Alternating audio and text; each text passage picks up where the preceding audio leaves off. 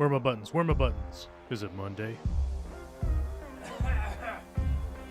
Is it Monday? Is it Monday? Do we have a Monday on our hands, folks?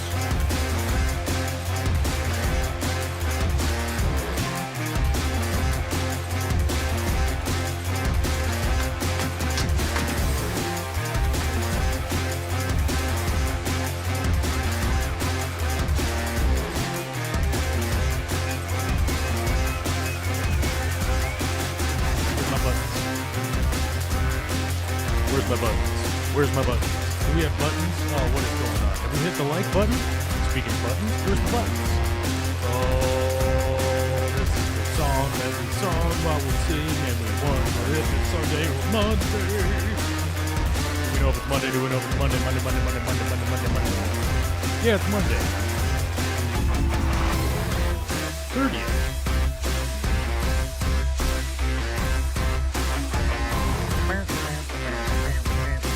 Song ever end? Oh. The song feels like it's going on forever. Is this song going on forever? I hope not.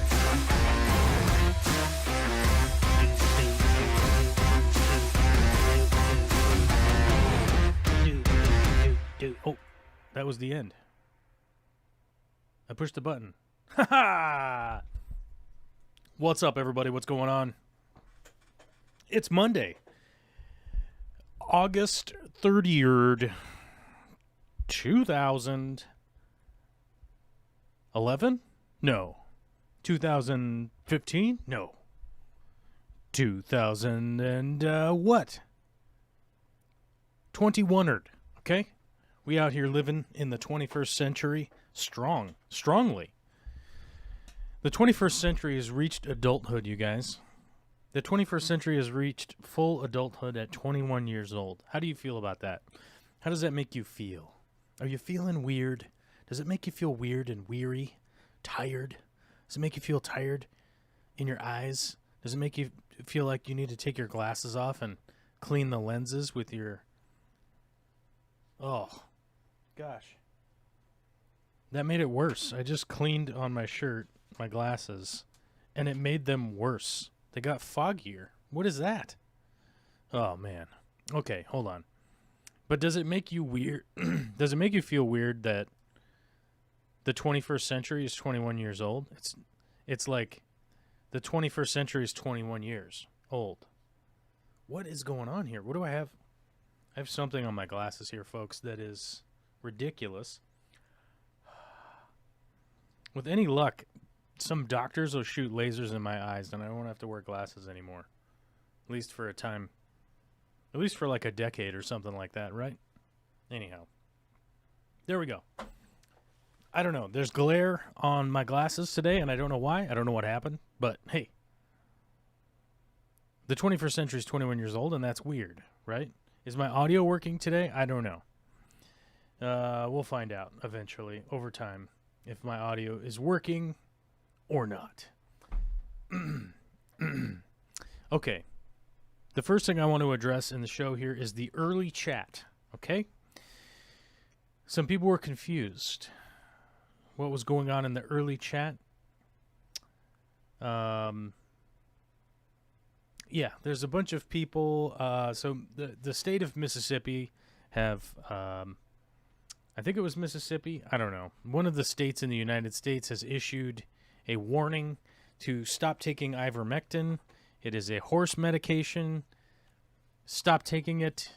Just go get vaccinated. Quit being stupid and quit telling me that you have some kind of like air quote justifiable reason as to not get just go get vaccinated. 169 million people in the United States have gotten the vaccine. Just go get it. If you're one of the people that hasn't. Takes no time whatsoever. Don't take horse medication. Don't take any other nonsense. Use the preventative medicine that is available to you free of charge. Don't go buy anything. Don't go do anything stupid. And don't tell me your dumb reasons. I don't want to hear it. I was listening to Rand Paul earlier today, and that was enough to rot my brain. The guys, that was the worst. It's the worst. you know, I don't understand what's happening in this country. It's very weird. Every single day, there's some kind of we got to argue about a thing. And I also listened in on a bunch of school board meetings and whatnot. And I really am kind of flabbergasted by the parents of this generation right now. Makes no sense to me, this kind of crazy stuff that they're yelling at the school board meetings. It is bizarre. It's Bizarro World. We're living in Bizarro World. But hello to the members, the patrons, and the subscribers of this channel. You know, I don't want to talk. I don't want to talk to the anti-vax people. Go get vaccinated. I don't want to talk to the conspiracy theorists. Go read a real book. I don't want to talk to anti-science weirdos. Go wander out in the field somewhere and look up with your mouth open and stop bothering me. That's basically my little spiel on it for today because it was in the early chat. Don't take horse medication. Go to a doctor's office. Do that. And just do that, okay? All right. I'm not a doctor, and chances are you aren't either. So go to a doctor, talk to a doctor, and see what they say. Okay? Let's do that. Sharpies, Models, and Aquatics. Ozzy just hasn't realized he's dead yet. Yeah. Let's not spread rumors about Ozzy Osbourne's dead. I don't think he's dead. He's not dead, I don't think. Fish Tank Barn says, oh, school board meetings are the best when there's controversy. You learn more about the other parents than you ever wanted to know. Yeah, it's very weird. It's very weird. But I don't think Ozzy Osbourne is dead, so let's not spread that rumor because I don't think he is. Yeah, so, yeah. Let's see. I hear Joel is actually a cartoon in real life, but pretends to be real for videos. That's true. That is a fact. We could spread that rumor around all we like. I actually am a cartoon character, so you could spread that rumor. That's fine. It's not even a rumor. You're just spreading information, right? Yeah, okay. Michael Bublo's here. He was a member. He's not a member anymore. That's sad to see. But it says, sup, fishy friends? What's up? What is up? JH Aquatics. What is up, JH? How you doing, JH? He says, hey, hello, Joel. Hope things are well up there. They are. Relatively well vibes around here. Hanging out with chickens. Working on some fish tanks today. Filming some future content. Some future content at some point in time will come out. Maybe it'll come out on this channel. Who knows? Who knows? Who knows what channel it's going to come out on? That is something that you should probably ask yourself. Hey, what's up with these members? What's up with these patrons? I make content, and I may or may not put it out on this channel. Because maybe somebody else paid me more for it. I'm just kidding. Was filming for stuff for this channel for later, and for some other channels. So I was doing both. So how about that? Joel, are you planning to do the crate challenge? Like the milk crate challenge? Like idiots running up and down milk crates? No, I don't think so. Pretty fun to make fun of people for like running up and down milk crates. It seems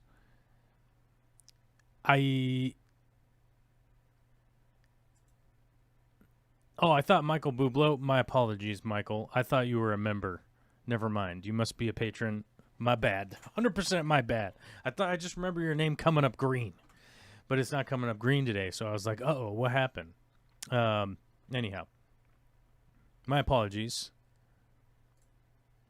My apologies. Yeah, I don't see myself ever trying to run up and down some milk crates. I've done that a million times in my life. As you guys know, I was a chef for a really long time, and milk crates aplenty were always all over the place, along with mayonnaise buckets, pickle buckets. What other buckets were always around? Mustard buckets. I don't know. I mean, there's so much nonsense in the food service industry and whatnot, I'm not surprised that people would try to run up and down some milk crates and it would suddenly become really popular on TikTok or whatever. I guess it's a big deal for some people that have never seen a pile of milk crates. For me, it just seems like, I don't know, that just seems like a stupid platform to run up on. You're probably going to fall down. I don't know.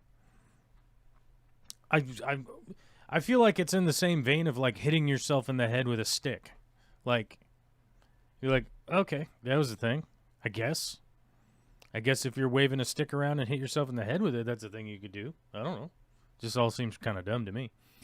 Paula Kreinberg says, I was screwing around with my solar-powered air pump this AM. 12-volt battery runs for 5 days. Yep.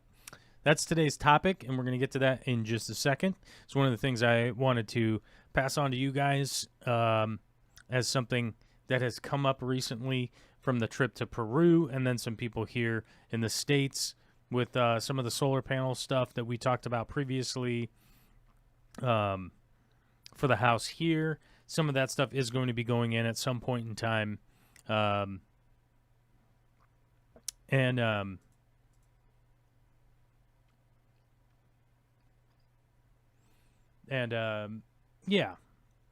so we wanted to run actually, let's just jump into it because I don't even know what the heck we were talking about. Anyhow, from the Peru trip, there was some power inverter issues and some questions about like what to do with the power inverter on the tank on the boat to run the air pump that was running off of a 12-volt power supply, and that the inverter wasn't working, blah, blah, blah. There was just some stuff. And at some point in time, there might be a video about it. Check in with Aquarium Co-op. If there's a video about it, it'll be on there. It won't ever be on my channel. Now, when I got home, while I was gone in Peru, we had one of our solar guys come by and talk with Vicky about some of the stuff that we could or couldn't do here with the kind of the layout of our property and things that we'd want to do, and depending on what the extent of the project that we'd want to do. And so some of the products on that came into the conversation with some, I guess, just personal associates of mine that were like, hey, we want to try to run some, not hydroponic, but aquaponic system, and we want it to run in a stable way, just running off of solar panel and a battery bank without having to run power out there and all that stuff, and you really wouldn't have to worry about it that much. So from that conversation, we really kind of get into the nitty-gritty of like, well, what products are out there and what are things that you could try to do at your house in a very reasonable way with some really basic, I guess, know-how. Oops, I forgot to put the, let's copy this. Hold on. Okay, Control V. There we go. That's better. That's a better link right there. Now, here's the problem with posting links. I have to give the addendum here. I am an Amazon affiliate, so if you click on Amazon links, it will direct you to Amazon.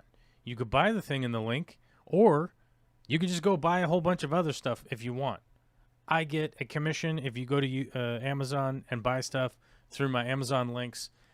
The Federal Trade Commission requires me to tell you that and make it obvious when I tell you that's what's up. Well, that's what's up. So you know, now you know, and there's no question. There's no question. I'm making it obvious. I'm making it as obvious as I possibly can. I'm an Amazon affiliate, so if you buy stuff, Amazon, blah, blah, blah, blah, blah. You get it. You guys get it, right? Okay. Now, we can move on with the show, because otherwise I have to put a big, giant, like, sponsored overlay over my face while the show continues on for the whole entire show. Otherwise, you people wouldn't know that we're sponsored by Amazon, technically. And a technicality. They never gave up us any cash unless it's been a commission. Okay? So, yeah, you get it. You get what's up. Okay? You're smart. You're a smart person. You're savvy. You're savvy. You know what I'm saying? Whew. How about your how's your ego feeling right now? Do you get a little ego boost right there? You're super savvy. You're super savvy interneter. Okay, you're internet savvy. Moving right along. There's the water pump. There's the air pump. There's a solar panel. I'm not going to post a link to batteries because batteries are just such a personal decision. You know what I'm saying? It's such a personal decision to pick out what kind of battery you want. And there's a million different battery setups that you could buy. So talking about that is going to be a monumental waste of time. I prefer, what are they called? Deep cycle marine grade batteries. Those are the ones I like. If you look that up, it'll be simple for you. You could buy a gigantic one. You could buy a bunch of smaller ones. It's all good. Okay? Yeah. Now, water pump, there are quite a few 12-volt water pumps that you could get because, guess what? Most boats have some kind of water pump on them, and most boats run a 12-volt water pump. Okay, most of them have a bilge pump or something like that. That's going to be a 12-volt pump. There's nothing you have to do to convert it. You'll be able to just run power right to the pump. You could put in a switch for when you want it to run. Very simply, all kind of basic stuff that most people can do. If you watch a little video of how to put in a switch, it's basically connect two wires down to the pump. There you go. It's pretty simple stuff as far as like 12-volt systems go. There's nothing really like super complicated with them. But the products that you're looking for specifically are going to be a little bit confusing. That's why I'm kind of posting them here in today's live stream so we can kind of talk about the ins and outs and whatnot. Water pumps are going to be super easy to find. Not going to be a big problem for you. That pump right there happens to be a decent one, moves fairly good amount of water, only uses about 45 watts. Now, if you're going to be running that water pump constantly, it's going to use up power. So you are probably going to have to add more batteries. I don't necessarily recommend running the system in this manner off of a DC water pump. Mainly because you're going to have to buy a bunch of batteries, okay? So this might be the one point in time where you might be able to run some,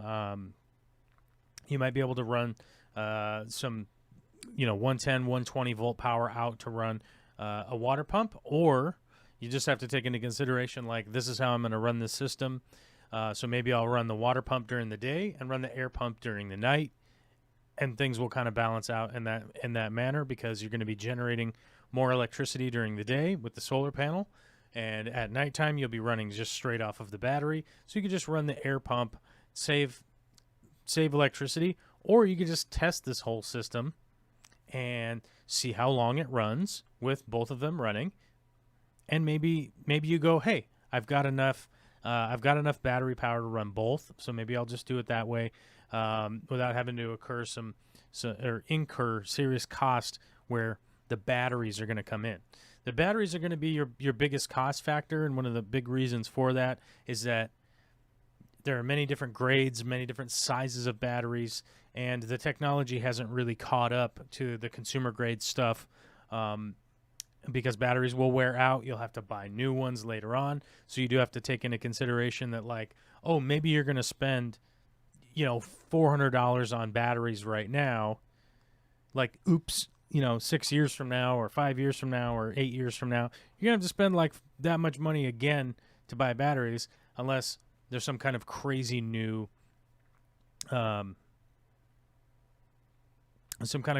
battery technology that comes out that just costs nothing, which I don't ever see that happening because battery prices have just always been pretty high, realistically.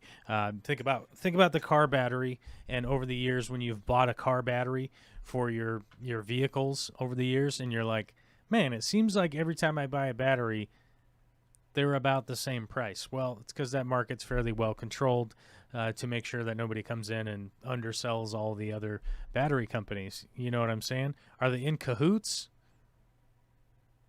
Who knows? Who knows if they're in cahoots? It could be. I don't know. But either way, the prices don't change for me, the consumer, so it doesn't really matter as far as I'm concerned. Now, we've got a solar panel on there, which is a pretty standard solar panel that puts out 175 watts. Works, in my opinion, it works quite well for managing systems of this size. So if you're like running, an air pump overnight, if you're running a water pump during the day, or maybe it turns off during the night and you just run the air pump to keep the water nice and oxygenated over nighttime. The one thing that you're going to really run into that is kind of crazy is running a heater. If you're trying to run a heater over the winter months and stuff like that to try to keep the system going, I would really incur most people to go like, should I possibly consider getting a professional to build this system? That's where I would say that you might want to look into getting a professional to come help you calculate, figure out, and build a more extensive system if you're trying to run a water heater. I don't recommend trying to run a water heater. I think that it's realistically a waste. It's honestly, to me, it's like a waste of energy in the winter months to try and keep that rolling, because you're really trying to heat the outdoors. Is basically what you're going to end up boiling down to. Is you're trying to heat the outdoors. A lot of water is going to evaporate like crazy over the winter. Anything that's exposed to that colder air, you guys understand how that works, right? You're going to have a lot of evaporation. You're going to be constantly adding water to the system, and it's going to be more frustrating than not over the winter months. It's going to be frustrating enough operating things during the extreme summer months, but you don't want to turn this into a full all year long frustration fest. The idea of running a solar setup like this would be to keep the water nice and oxygenated, keep ice off of ice from forming completely over whatever water you do have in your fish holding tank. That's realistically going to be one of the big benefits, and your fish are going to survive the whole entire winter, and then come the spring months and stuff like that, turn the water back onto the upper system where you're going to start to grow plants over the summertime. And one of the reasons that I kind of bring that up is I think a lot of people are confused. They're like, hey, isn't this thing going to run all year round? The fish end is going to run all year round. The plant side of it, unless this is something that you want to get like crazy invested in, to be growing plants all year round, for instance, for like a small business or something like that, it's going to be a big waste of time to get artificial light in the winter where I live. Now, if you happen to live somewhere like near the equator or whatnot, and it's never summertime or anything like that,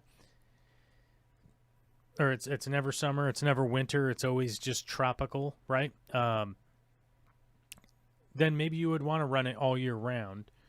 But also, if you live near the equator, why not just grow things in the dirt outside? Because, like that might just be an easier path to go down. But as far as like Europe, North America, what's that, like northern parts of China, Japan, all these, there's many countries throughout, countries and continents throughout the planet that do go through winter months, and so my advice kind of is more focused on that, where you are going to have cold temperatures, possibly snow, that kind of stuff, and a typical, what you would see is like a winter, right? So my thing is that I would want to just be running the air pump and not be moving water up into any of the grow trays or anything like that over the winter months, because it's not going to be a big benefit for me with the sun only being out for what feels like 10 minutes a day.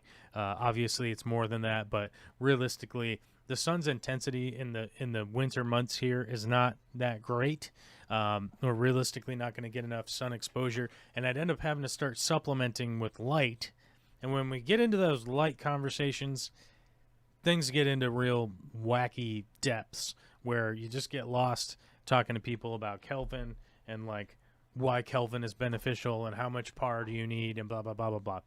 But as far as I'm concerned, those would kind of be the three products that I would recommend for the average person out there, you are looking at about a $400 or $500 investment, which, you know, it just kind of is what it is. I guess you could find used stuff out there and whatnot. I personally wouldn't. My main reasons for that is, you know, unless you know the source of where these like used equipment is coming from, it is pretty often going to be stuff that somebody's basically throwing away in a garage sale or something like that, which things can be found there, but it's not necessarily the advice I give to people if you're going to try and build a project like this. Now, building the greenhouse should probably be a little bit more than the $500 realistically. Lumber has come down in price, so you could probably build your own if you like.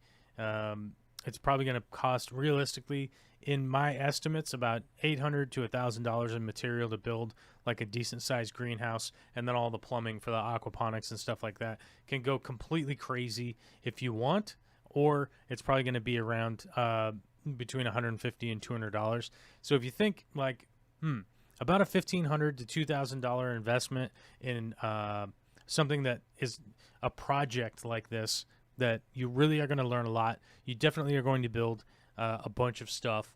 It could be something that could be really beneficial for you, or you could just be like, that's too much money, and that's a huge waste of time, and I don't have the resources to do that. Okay, just go back to your fish tank, which is much less money to start up your tank, get some plants going in it, build some trays up above if you want to do it that way. That's a very simple system that you would be able to likely start on right now, building some upper trays, moving your light up, simple. And you could do that for much less money, probably free, probably with stuff that you could get from the garage sale that I talked about, the imaginary garage sale that I talked about earlier.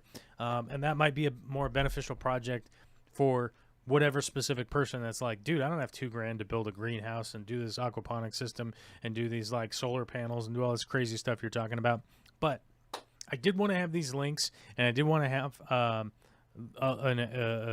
somewhere to reference, hey, I did talk about this. I did answer some of those questions that have been asked to me by nobody in the chat, but at least I can just pass this off to somebody else and go like, hey, here's me talking, rattling off for about a half an hour, and there's some links in there, and you can check it out.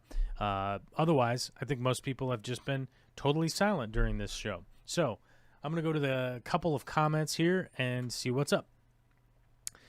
Chiver says, sweet, solar. Yes, solar. Sweet, indeed. Sweet, free energy. We could, like, zap people with our free energy.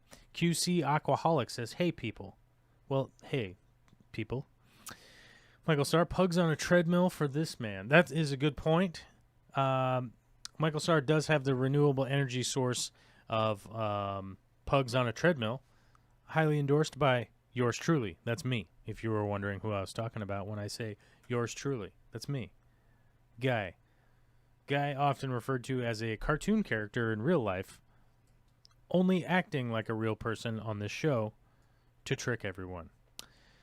Harbor Freight had a solar kit I was looking at, went from $189 on sale to $150. Not sure if you've used them, but seems all right for the camper.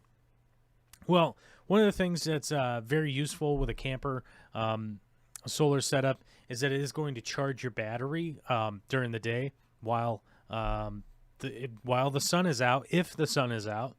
One of the really downsides to putting a solar panel on your trailer, I almost exclusively camp where there's extreme tree cover.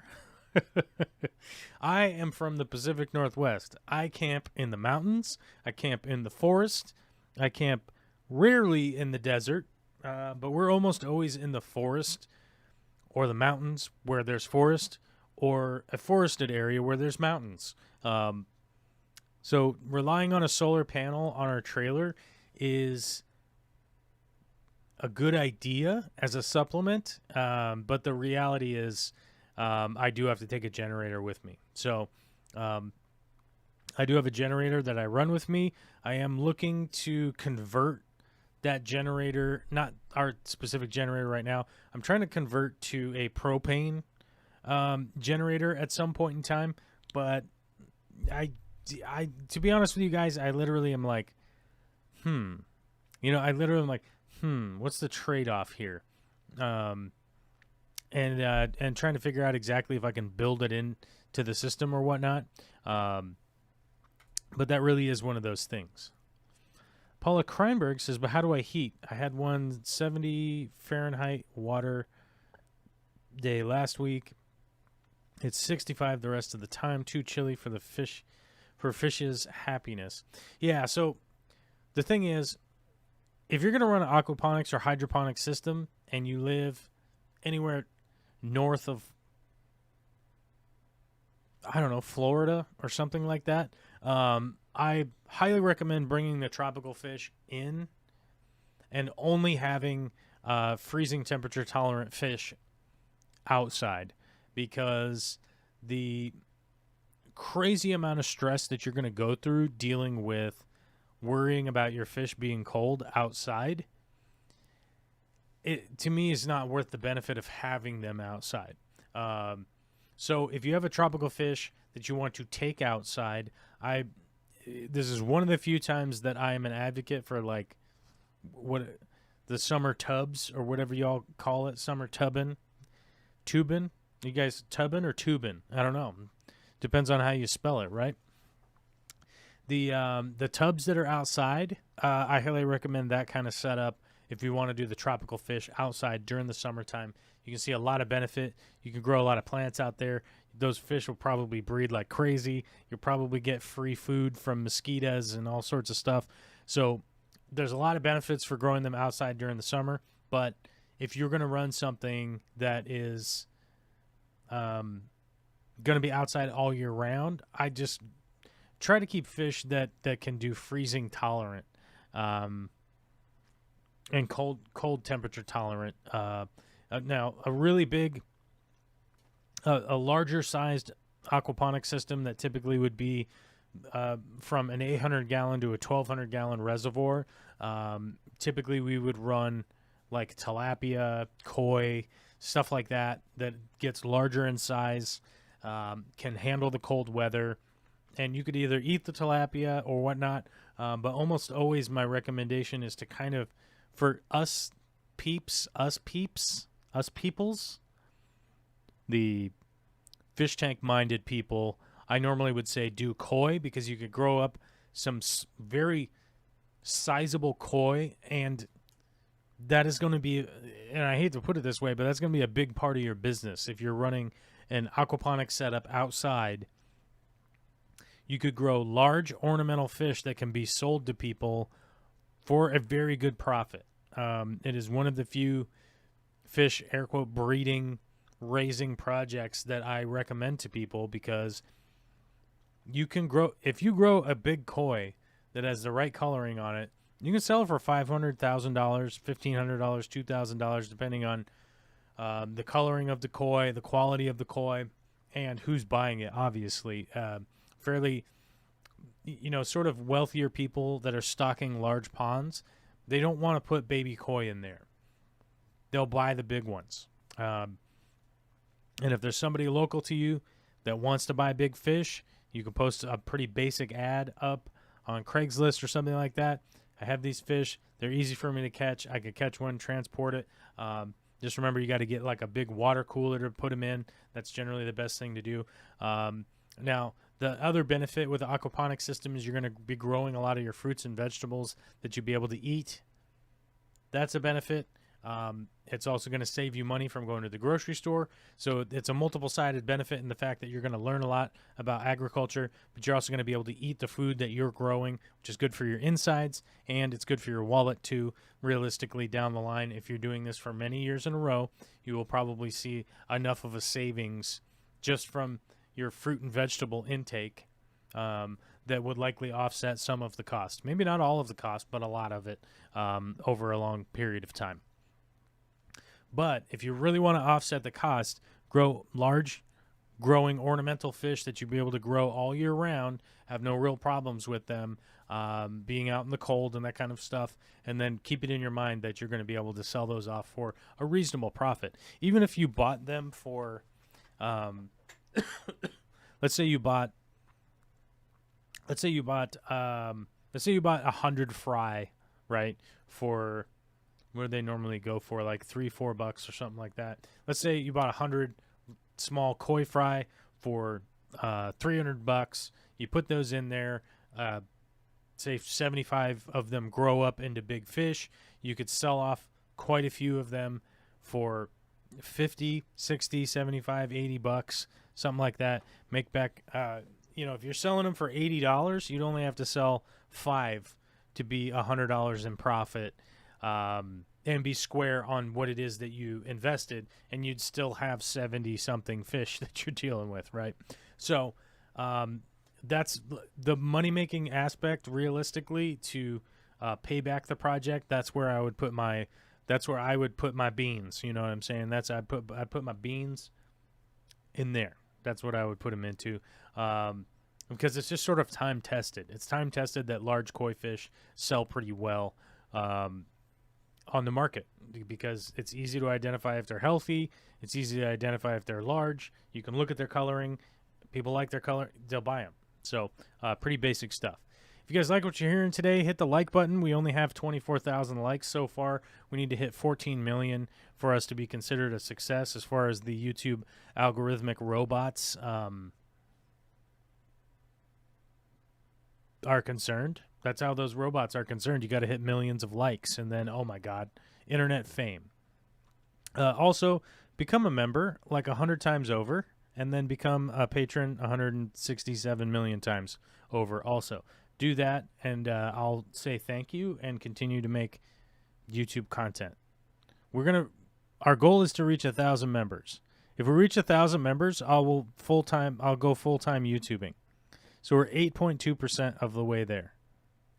We're not even to 10% yet. So to those of you that are hoping that I quit YouTube, I'm not going to. I'm not going to quit YouTube until we get down to 1. When we get down to 1 person sponsoring this show, I will quit doing YouTube, and I'll give my channel to that person. That's my plan. That's my plan right now. If we get to 1,000, I'll just full-time start making videos. If we get to 1, I'm just going to give my channel to that 1 person. That's my plan. Does a TDS pen measure only GH directly? Adam Wing. No. A TDS meter measures the electrical conductivity of your water. Okay? So it's gonna measure the resistance between 2 electrical conductors, and it only tells you if there is total dissolved solids, which is what the TDS stands for. It's going to give you a total dissolved solid, right? That's all. It's just going to tell you whether or not something is in your water. What is it going to tell you? You don't know. Unless you started with 0 TDS and added something known to it. Then you'll be able to go like, well, I added 4 tablespoons of GH booster in there, and now my TDS went from 0 to 15, right? You'd go, okay, well, I added GH booster, and now it's at 15. Now you would have some kind of measurement, right? That's all that TDS meters do, is they measure the resistance between 2 electrodes. There's one electrode and another electrode. It sends out an electrical current, and then it reads the resistance.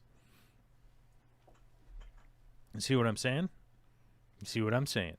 So when people, and I've seen this on YouTube lots of times, people will they'll get fish in the mail.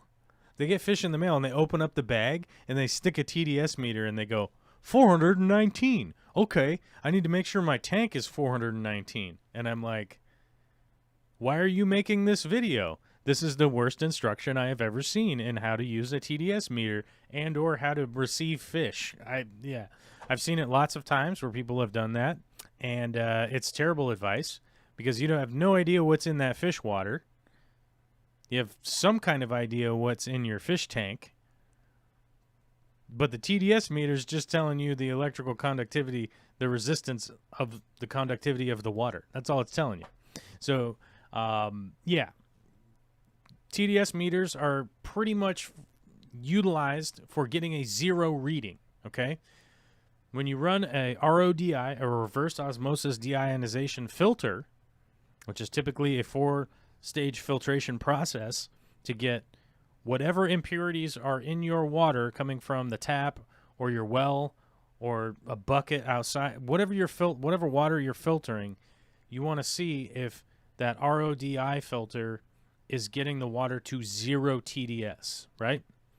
That means that you have water that is clean and doesn't have anything dissolved in it,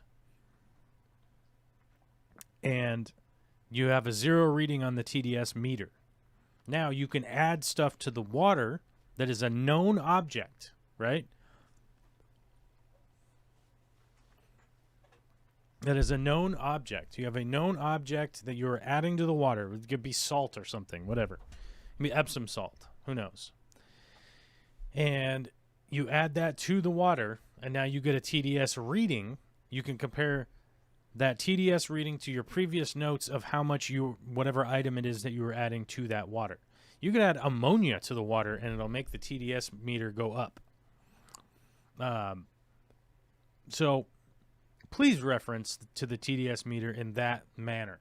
You only want to use the TDS reading as a known variable, right? Like it's not telling you what's in the water. So please, please, please, please, please do your best to follow that. Take notes on what you're doing, and then bring those notes together to go, that's what I got happening now, right? Sharpie's Model in Aquatics says, I dunk a test strip in the bag just to get an idea of pH, GH, and KH of water from a store I've not been to before, but that's it. That's a good way to go about it. Those test strips are pretty handy for that application. That is a great way to go about it. You can also see how much ammonia, nitrite, all that kind of crap is going on with those test strips, and give you an idea, like, you know, kind of how toxic this water is and stuff like that. I've always been a fan of, when I get a bag of fish, like, let's say these are the bags of fish. Let's say the ice is the fish, right? Let's say I open this bag and this is just fish tank water, right? What I normally do is I'll add some fish tank water to this bag. I'll let it sit there for a couple minutes. I'll add some Safe or Prime to the water. Typically, in the past, I would use Prime. I found that to be the quickest to add to the dirty water with the fish in it that just showed up in the mail. Add that to it, let it sit for a couple of minutes, dump everything out into the garbage, catch all the fish in the net while I dump the water out and discard it, then take that netted fish and put them into the tank where they're going to be quarantined for whatever period of time. I'm going to medicate them, let them be in that tank, then move them over to a tank that they're going to live in long term. Pretty simple. If you're wondering what medications I use, I always forget what they are, but it's basically the Aquarium Co-op Trio is the 3 that I would go through. I literally use that as my reference point now because I'm like, yeah, those 3 meds. And then I, to be brutally honest with you guys, I just read the bottle like a human being and go, oh yeah, that's how much I'm supposed to dose on this medication.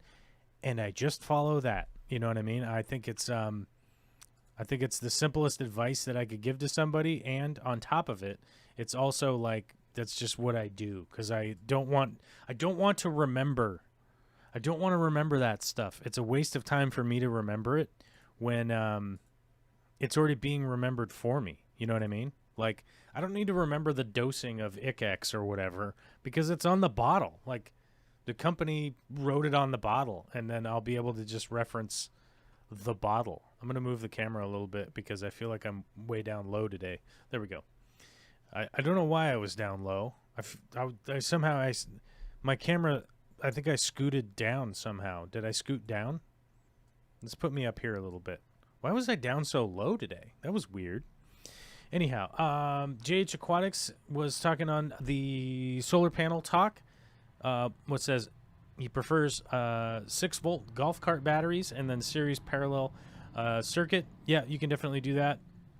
It's a little more complicated for the average person, but I think it's definitely something that you can do. I don't know if that's going to add longevity or whatnot. I would certainly have to look that up. I prefer stacking like realistically, I like to stack like 6 deep cell batteries if I'm going to do like a good sized solar system that's kind of external like that. And the reason for that is just to always make sure that the batteries aren't getting overloaded and that the batteries aren't getting fully drained and just getting completely worn out all the time. You could do 2 batteries, 4 batteries, it just depends on what you want to do. And all of the equipment that you want to run. Like I said, I wouldn't count on running the water pump like full time. It just, I would just have it turn off during the evening because, I set my water levels so the pump just turns off. Everything just kind of sits there. It's dark out. Photosynthesis isn't really happening, anything like that. It's not really that big of a deal. So I would normally just have it set on a photocell, and then when the photocell gets triggered, the water pump will turn on, the system will run, and then when the sun goes away, it'll turn off. The photocell's wiring into 12 volt is very simple. You're just going to wire it in line. The photocell does the work. It's very, very, very simple to add in, and that stuff's all just available at like Home Depot or whatever hardware store you like to go to. Let's see if we can find a 12 volt photocell on Amazon, since we're photocell. Do we want? Yeah, we want the photocell switch. Oh wait, outdoor. There we go. Some indoor ones came up. I don't know why. Excuse me. Let's see. Here's a 2-pack, because you go 2-pack a day, right? Wait, is this right? These are so cheap. This is a 2-pack for $8. Oh, you guys, we're gonna be doing pretty good here, because that's a 2-pack for $8. So you can have one and then a backup. But that's typically how I would run that system, and stack some extra batteries, just because then I know through that kind of redundant setup that you're not going to like overload, you're not going to burn things out, you're not going to wear stuff down super quick. Let's see. Adam Wing says, do you use base layer fertilizer substrate such as ADA Power Sand, or just soil and tabs? Typically these days, I don't use any of the base layer fertilizers. Typically what I would do is I just run the system with, Fluval Stratum or ADA Amazonia or Brightwell or whichever soil I happen to be using. I'll kind of run the system for like between 2 weeks to a month to get it really established and kind of seasoned and plants growing and running a lot of CO2, a lot of fertilizer and stuff like that, just to kind of get the system going and get the seasoning on it. Sometimes I'll go as much as 3 months before I really add anything other than kind of snails and shrimp and those kinds of things, and then add fish later on. I'm not really amending stuff that much anymore because liquid fertilizer has definitely come down in price. So it hasn't been found to be super beneficial to me to just add this crazy layer of fertilizers in when I do realistically run the risk of just ending up with a crazy algae bloom if I'm not really paying attention to what's going on.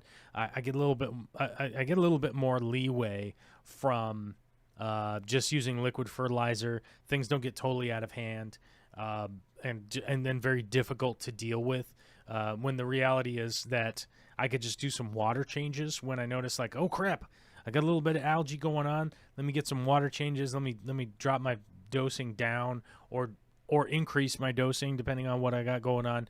It's much easier for me to manage it that way than it is to go like, what's under the gravel, like what's under the substrate here that's making it go crazy, So I just try to avoid that these days, adding the crazy base layers and stuff, and just go liquid fertilizer. It might cost me realistically an extra $2 a month or $3 a month or something like that, but that's just a very minimal cost as far as I'm concerned, and just kind of the better way to go about it. Oh my God, S is here. What do we do when S shows up, everybody? What do we do when S shows up? I got to do some S's in the chat. Ooh. S's in the chat. Manes, tails, furs, and fins. What's up? Oh, my God. It's 2 o'clock. Hear that alarm go off? That means it's 2 p.m. PST. Let's see. What was Paula Kreinberg said that TDS YouTuber also took ivermectin. Possibly, dude. That's possible. It's possible. It's possible. It sounds probable too. It sounds what those kooky conspiracy theorists would be coming up with is like the TDS meter tells me all I need to know. Reported for spam. Oh man, who was reported for? Was it me? Did I get reported for spam? Oh, I can still comment. Okay, good. Ooh, Austin going strong with the dollar sign. I like it. Strong. Brr. Oh my God, 503 Aquatics and Muppet 929 are here. Oh my God, there's so many people here right now. What am I gonna do? What are we gonna do? Let's see here. I think we've run out of things in the chat. What else was I going to talk about today? I don't know. I forget. Let's see. Michael Starr says, I have all the fans for cooling running on solar, but I don't have enough power to run the pumps, but every bit helps. Yeah, that would be the weird part. You could definitely be running the air pump probably off of your system, just from seeing it before. Because I think the air pump only uses like 7 watts or something like that. It doesn't use a ton of power to operate. There's not a whole lot of air pumps that actually run off of DC. That's going to be the one thing that is mildly difficult to find, is an actual air pump that runs. And then the DC air pumps are super loud, as I mentioned on Discord the other day, is that you're normally going to have to put the box in some, or the air pump in some kind of box because of how loud they are, which is kind of a very simple design. I mean, as long as you can build a box and then put some foam in there, you're generally going to be pretty good after that. Does your TPS report, does my TDS report have a cover sheet? Of course. We're putting cover sheets on those now, guys. I hope, did everybody get the memo? We realistically send out the memo probably 6, 8, 12 times that we are putting a cover sheet on the TDS report now. So hopefully you guys got that. So when you write up your TDS report, cover sheet. We need the cover sheet, okay, guys? I mean, this is coming from on high, right? This is coming all the way down the chain from the top. Top down says cover sheet on the TDS report. But what about the TPS reports on the TDS meters? Good point. The TPS reports are out. We don't do those anymore. We're now doing the TDS reports. TPS is no longer used within the field anymore. So just everybody knows that. I don't know if that memo's gone out, but I'm going to send off a memo to somebody that will hopefully pass on a memo up the chain. Then when the memo comes down, we'll be able to verify in triplicate, 1 copy in goldenrod, 1 in, I believe, eggshell, and the other one is in Cadbury blue, I think. What's the blue? Quail. I think it's quail egg blue. I think those 3 forms are what we're going to need. Eggshell, goldenrod, and quail egg blue, I think, are the 3. And, you know, if you happen to have a 4th copy, then we could forward the 4th copy, but I'm not sure where we're going to put it or what color it would need to be. But my guess would be the red number 40, I think, is what that color of the 4th copy would need to be. As long as we get in triplicate, I think we're covered. If you get it in quadruplicate, we could push it on, but I'm not sure if Michael's going to be able to handle it. He's obviously lost his stapler. If we have so many copies and we don't have a stapler, what are we going to do, guys? If we don't have the stapler, what are we going to do with all the copies? This company is going to go up in flames. You know what I'm saying? This company is going to have problems. If we can't get all of the copies of the TDS reports with the cover sheet in triplicate, as long as the memos are being passed on, right? Then what do we do? We can't even staple them together. The swing line. Actually, that's the funny thing. That red stapler didn't exist. It didn't exist before that movie, which is weird. It's weird to think that that red stapler didn't exist before that movie. It's a very weird thing. New Local Austin says, I think we need a meeting now. I mean, we are all here. It's true. But if nobody's keeping track of the minutes of the meeting, then I'm not sure, how are we even going to be able to push it onto the treasurer? The treasurer is going to be all confused. We don't have the minutes. Then nobody even knows what's happening, right? So it can be an informal meeting as long as we do it online, I think. I think somebody was asking earlier, as long as as long as it's a virtual meeting, I think we're going to be okay, because then we could always just blame it on technology. We could just say, like, Zoom didn't work. We don't have the copies in triplicate like we needed to, and then we could move on. We could move on with our lives, potentially. Oh, I'm not free right now. I'm very busy. I'm logged in. I'm already logged in. Very busy being logged in. I do know that a friend of mine was very stressed out one day because they needed to get logged in for their job that had gone virtual. And then I'd asked him, I was like, do they track that you're logged in or logged out? And they're like, yeah, they track whether you're logged in or logged out. And then I was like, do they have that program that tracks your productivity while being logged in, if you're actually doing something or not? And they didn't know. And they got that glint of concern, right? You know what I'm saying? That where they're like, now I'm concerned whether they know I'm actually doing anything or not while I'm logged in, which is interesting because you would assume that somebody's doing somebody's following up to see if they're productive, right? But the reality is like maybe that person just goes like, yeah, they were logged in for 43 hours this week. They must have done whatever it was that we said them to do. Like, all right, weird. 2021. The 21st century is 21 years old today, by the way. I brought that up earlier, and I don't know if any of you guys were here for that. You might have been. You might not. Adam Wing is asking for a full TDS report on those parameters, including GH and KH breakdowns. And I'm realizing that means that we're going to have to work on Saturday and Sunday this week, if that's the case. And those are going to be regular days. And I don't know if I can handle that. I might just have to go fishing instead. I think we're in a meeting now. Oh, okay. I prefer bone over eggshell and cerulean to quail egg. I don't know if I'm even saying cerulean. I don't even know if I'm saying that right. I feel like that's the word we're looking for here. Let's say it out loud. Cerulean. Oh my God, I got it right. Cerulean. Can you guys hear that?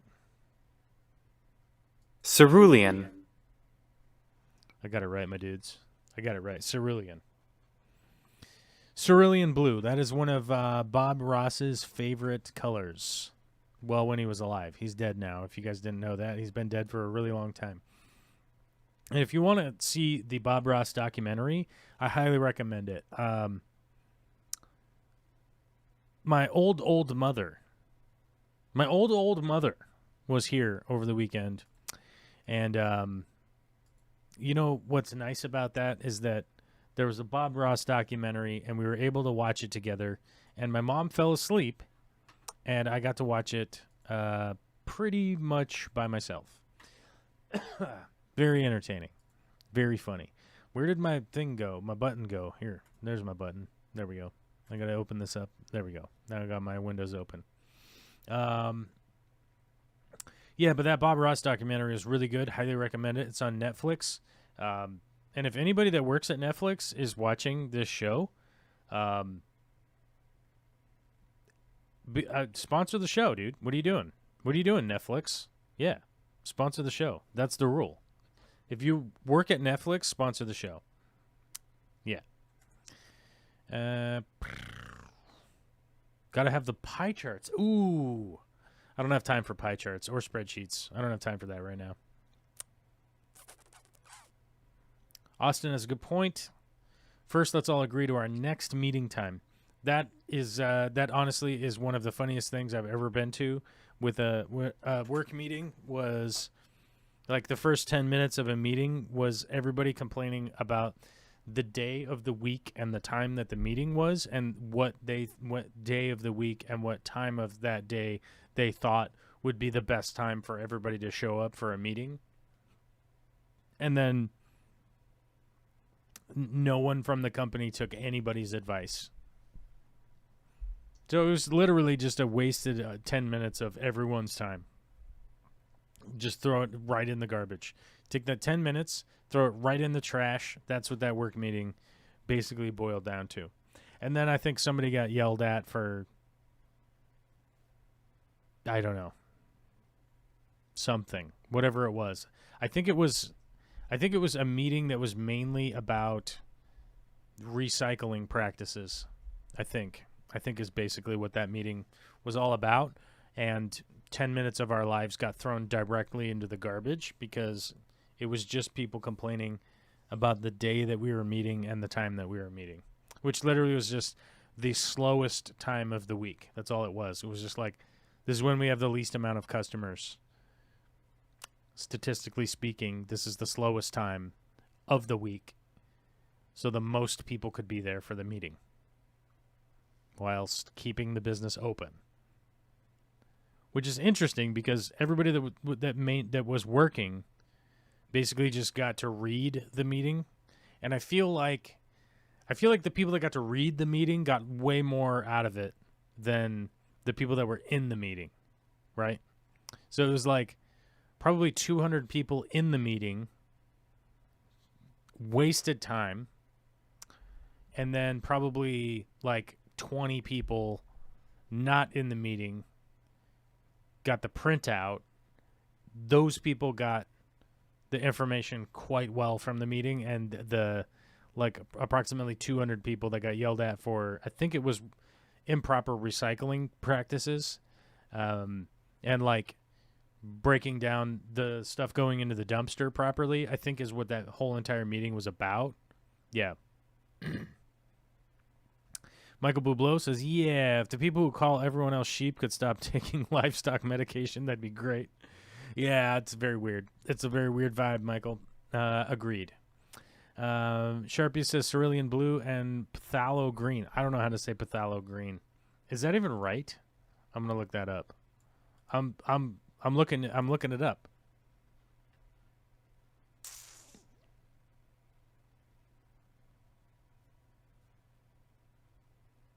What? Phthalo green. Let's see. How do we pronounce that?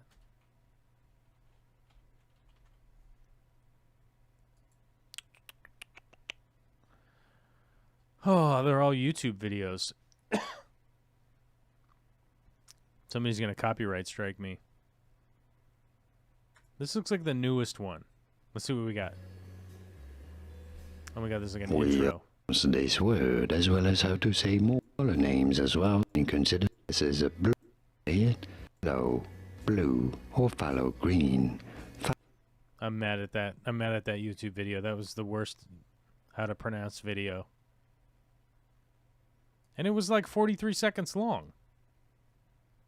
Phthalo green. A synthetic pigment full name phthalocyanine. All right, I'm mad at that. Phthalo? I don't know. That's just goofy. That's long A there. Pathalo? Yeah, I'll ask Bob Ross. I'll ask his ghost.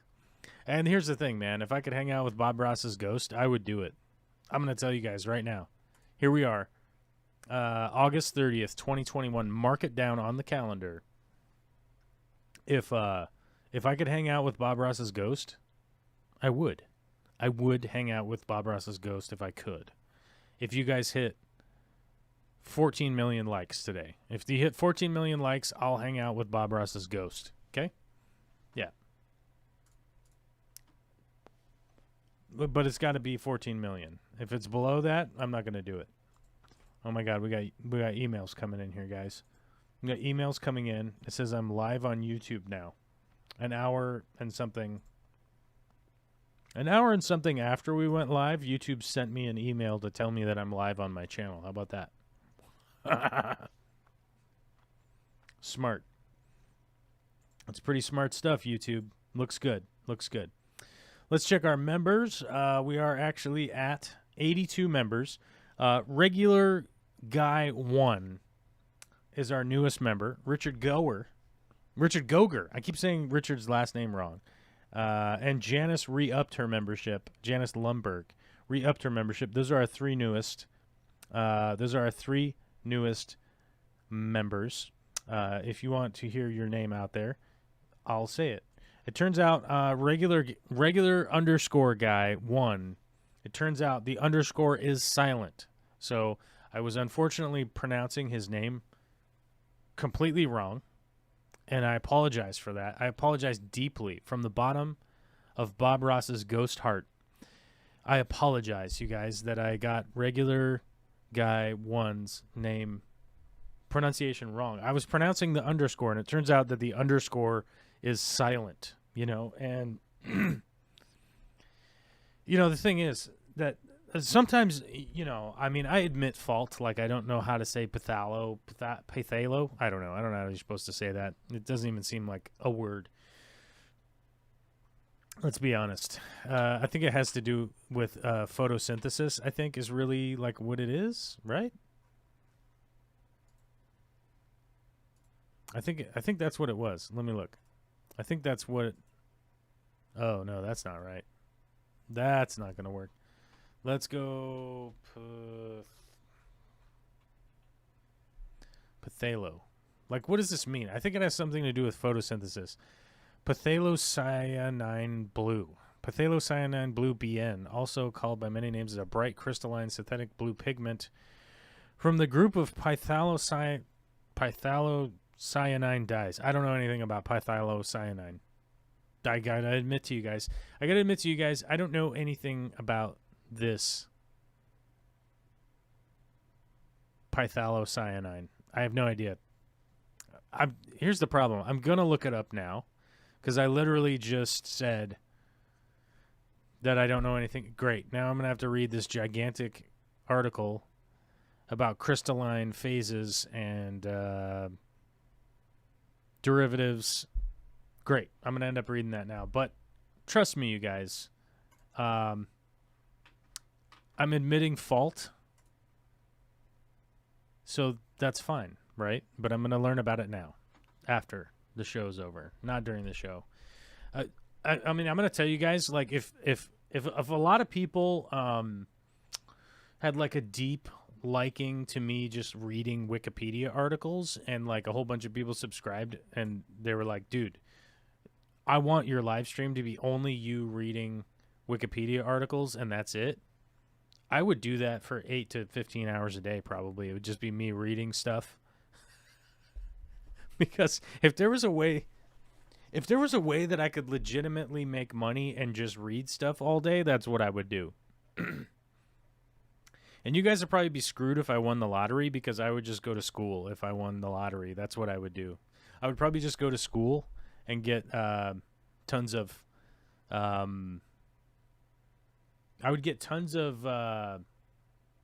degrees. That's all I would do probably. I would just do that all the time if I won the lottery probably. Austin says you got a good voice. Oh God, thank you.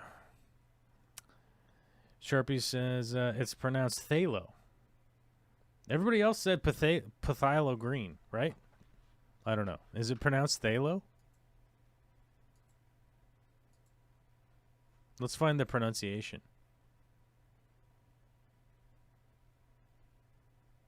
Is it phthalocyanine blue? Is that it? Let's look up how to pronounce this. I'm with you. I'm with you if that's what it is, but like why put the P there? Like pneumonia. Like why do that? Oh, here we go. Pronunciation. Oh, here we go. Oh my god, I think you're right. Say it out loud. Phthalocyanine. Phthalocyanine. All right, God. We're learning. Phthalocyanine. Phthalocyanine. Okay, here we go. Phthalocyanine. Huh. Wow, folks, that's phthalocyanine. Oh my god, that's so much easier to say. That is so much easier to say, phthalocyanine. I think I've heard that before, but who knows? I mean, I'm a dumb idiot, so what do I know? Although I won't be taking any ivermectin or listening to stupid conspiracy theories and entertaining them. I don't entertain them with my brain. I'll think about it for a minute and then just go like, wait a minute, let's look up some facts and history, and then let's see what's up. Richard Goger says, if you ever see the small packs, the Patriot was the one that was advertised. Pocket-sized power pack deal. Seems hella sweet. Oh, the small solar packs. Oh, okay. Yeah. So a small pack for your RV would definitely be realistically beneficial. But you really got to test to make sure it's operating, because I know a lot of people that have RVs that have a solar thing. When we went to test them, they weren't actually functioning. So I would check on that. I would check on that to make sure that it's functioning. Bob probably said it wrong. What a happy little accident. That's right. Happy little accidents, guys. Somebody asked me if I wanted to do a painting show once, and I did some painting videos on YouTube. And the reality is, like, I can't do a painting in like an hour. It takes me a really long time to do paintings, and I kind of swear and listen to a lot of death metal while I do it. So I'm going to get a copyright strike from the music, the copyright infringement thing from the music, and then people will get mad because I'm swearing a lot if I do the paint streams, I think. Would be the big downside, is that those two things, right? Plus, I don't like to like sit in camera frame while I'm painting, and I could never figure out how to get a good camera angle. So, and I always pick up my paintings when I'm painting on them. So I don't know. There's just a whole bunch of stupid logistic nonsense that would cause a problem. And one of the reminder things that with watching the Bob Ross documentary, one of the things that that they didn't hit on in the documentary that I thought was kind of odd is that Bob normally painted like the painting that was going to be in the show like a bunch of times ahead of time to practice, so that he could be able to do it in like a half an hour. I think he said he had a time requirement of 28 minutes. He had to be able to start the painting and finish the painting in 28 minutes, and that's out of my wheelhouse. I could never finish one of my paintings in 28 minutes. Well, it would look like crap. I mean, to be honest with you, I'm far too meticulous, and I move slow when I'm painting. So, yeah, it would just, I don't know. I wouldn't know how to do it.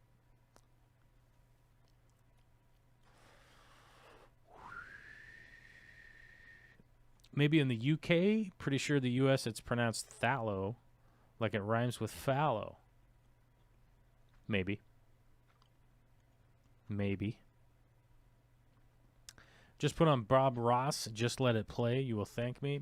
Yeah, I was always inspired by Bob, especially when I was a kid. I loved his shows. I've seen every single one of his, to the extent of my knowledge, I've seen all of his episodes.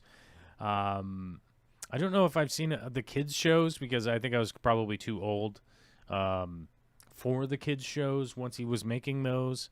Because I think he started making those in like '94 or something like that. And by that point in time, I definitely wasn't really watching kids shows. You know, girls and stuff was kind of my thing at the time. So I think it was like what, 14, 15, something like that. Yeah. So yeah, I wasn't watching Bob Ross kids shows. That's for sure by that point. But very inspirational, great guy. I put him right up there. I put him right up there in the list with. Oh my God, I'm drawing a blank.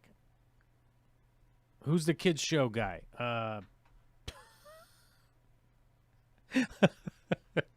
This is a strong blank right now.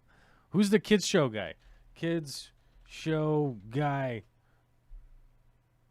Mr. Rogers. Yeah, there we go. Mr. Rogers. I don't even know why I was drawing a blank on Mr. Rogers, but yeah. Yeah. Mr. Rogers' Neighborhood, man. I should get all the episodes of Mr. Rogers' Neighborhood so that Olivia can watch them. I think that would be a good idea. That's a parallel from my childhood that I think would be good to bring into my offspring's childhood. I think would be a good idea. Everybody's saying Mr. Rogers. I don't know why I was drawing a blank. You know, it's like you're out here broadcasting in front of 480 million people. The audience on this channel is huge, by the way. I don't know if you guys know that. Like, probably the biggest YouTube channel in the world. 480 million people. You get these weird brain farts, you know, and then you get on these rambling tangents, and then people are like, I thought this was a fish channel, and you're like, I don't know, dude. I don't know what we're doing. We're live right now. We're just talking about whatever comes along. And if you want to comment in the chat a thing that we should talk about, that's how the flow goes around here. And hence, that's why the chat is on the screen.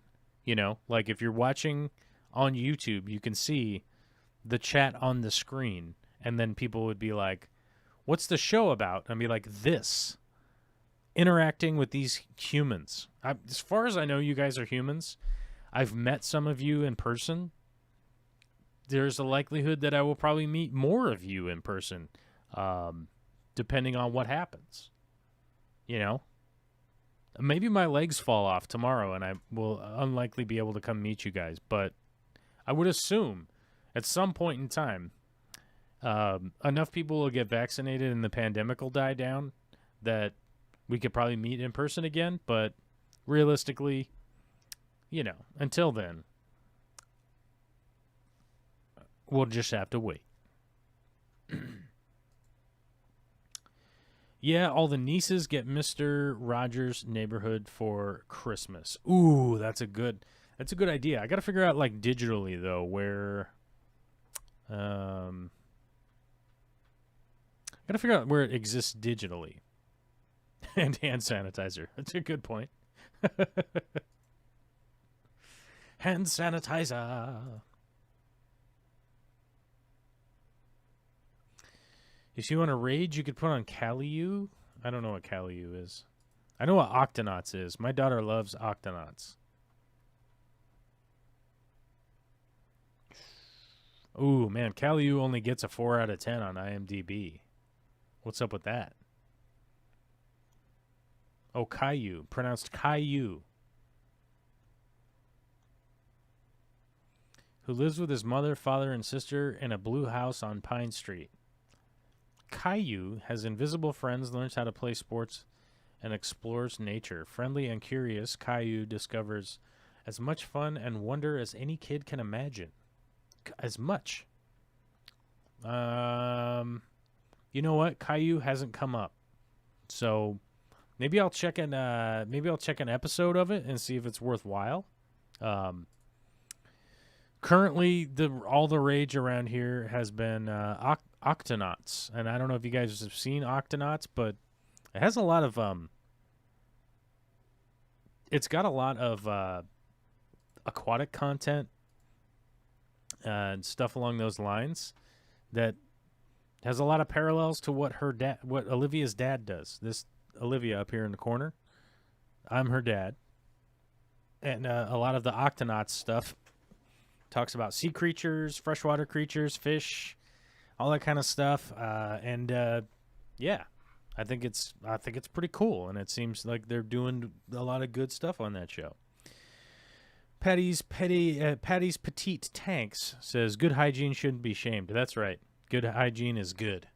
And you know what I did today? I shaved and I washed my butt. I did both. Good hygiene over here, bros. Brush my teeth 2 to 3 times a day. Floss.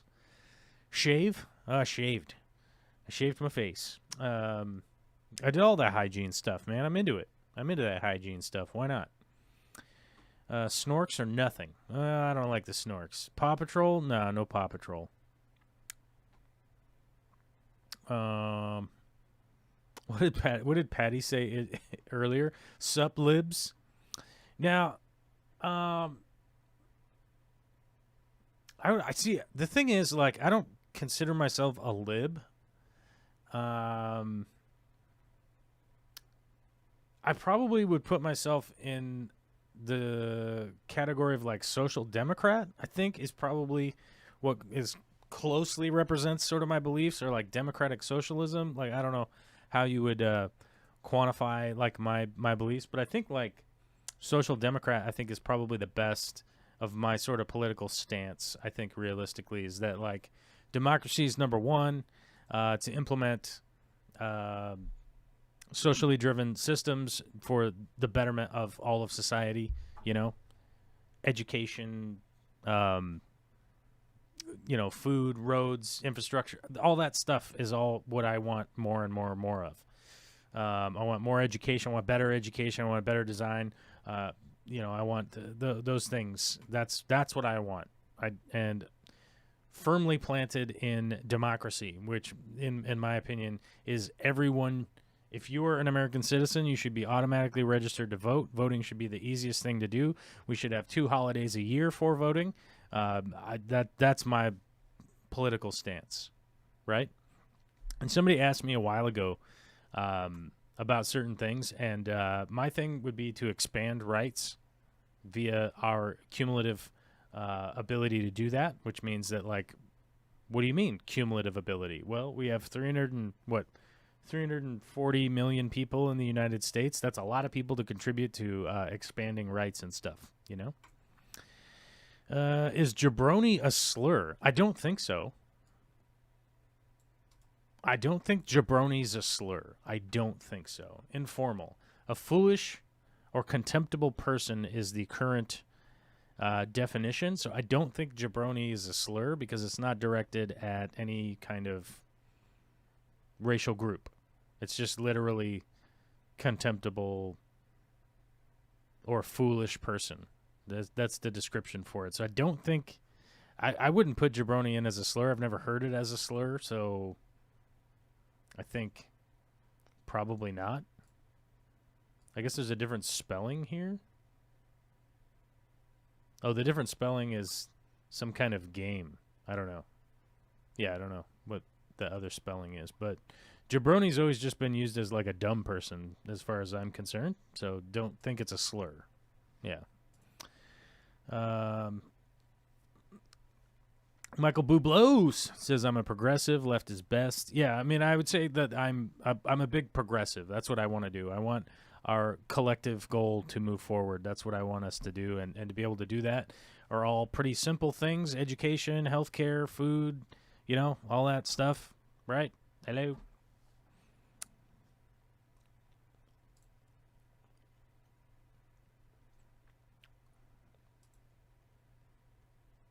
Yeah, Mikey Fishy says democratic socialism is what all us cool kids are doing now. I wouldn't qualify myself as a kid anymore. Like, I've got I'm getting to have more gray in my beard than not gray. You know? I'm getting to that point, you know? So, there's going to be some point in time where people are like, that guy's clearly not a kid, right? They're going to be like, that's a dude. People will go, hey, sir, what are you doing over there? And I'd be like, I'm playing with toys. And they're going to be like, what are you doing playing with toys? I just called you a sir. And I'll be like, I don't know, man. I'm having a good time playing around with these toys. What's up?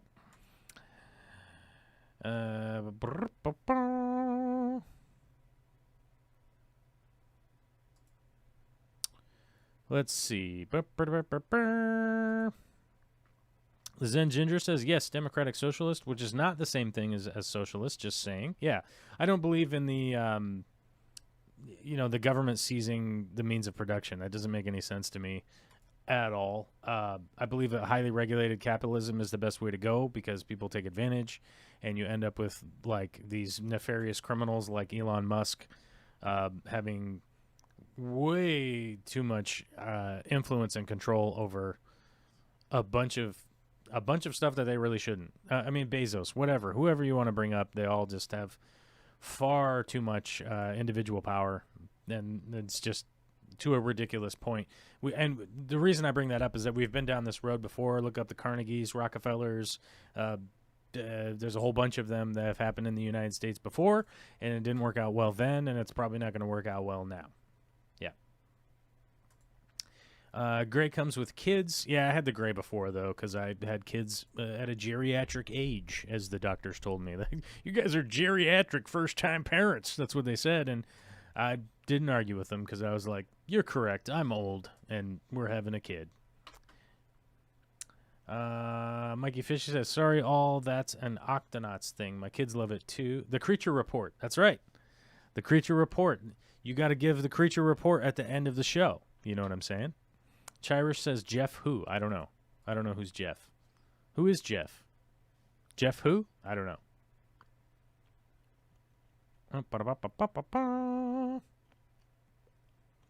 Chirish says, I classify myself as, air quote, not dumb, unquote. I qualify myself as I'm trying. I qualify myself as I'm trying my best, guys. I'm gonna try my best. That's all. Whoever is making the tacos, S, agreed. Let's eat taco. I made tacos last night, bros. Let's see. I made tacos and beans and they were delicious. And I made a quesadilla for lunch today with the leftover meat. Little tiny quesadillas for me and my lady. Because my lady's working from home. I'm working from home today. And that's what's up. All right. The little notification thing says check Super Chats. We have no Super Chats today. Plug members. Okay, members. We need more members. We need 1,000. Patreon. We need more patronizers. Because why not? I don't know. So, okay. Like button. And I've said all the parts I'm supposed to say. Now let's close this. Let's close the reminder thing that says to plug the channel. Okay. Let's see. John Albernaz says, I was called a bleeding heart liberal. I don't believe in abortion. Well, I mean, I'm not favorable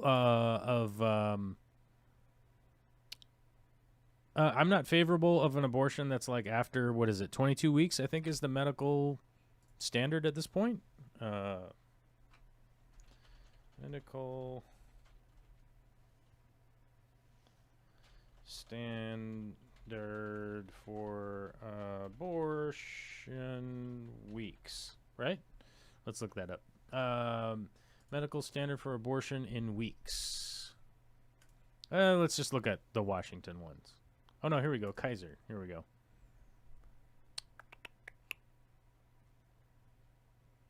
Because I think it's 22 weeks. I would have to check.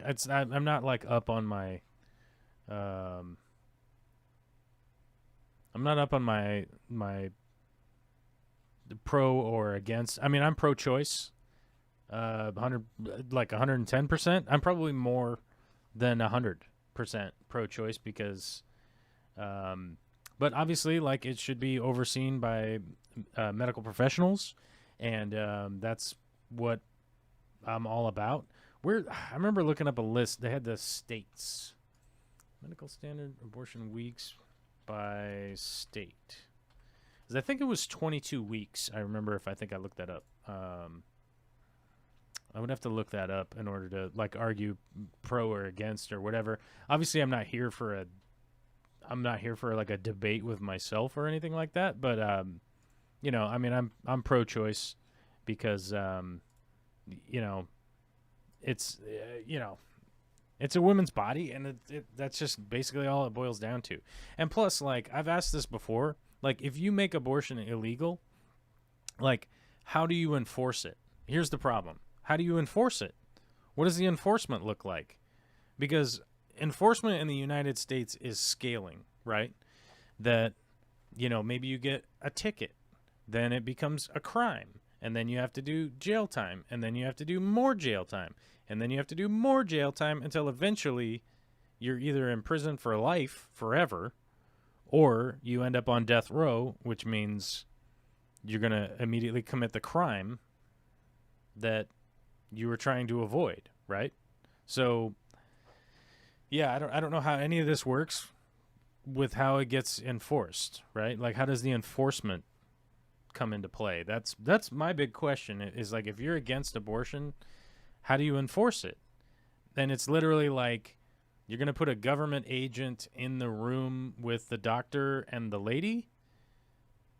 So we have to, like, hire millions of government agents to, like, hang out in, is it OBGYN? Is that the doctor that you would go to? I don't know. The lady doctor. Let's just keep it in dumb person terms here. You would have to hire a government agent to stand in the room with the pregnant lady and the lady doctor to, like, oversee what's going on. That seems really weird.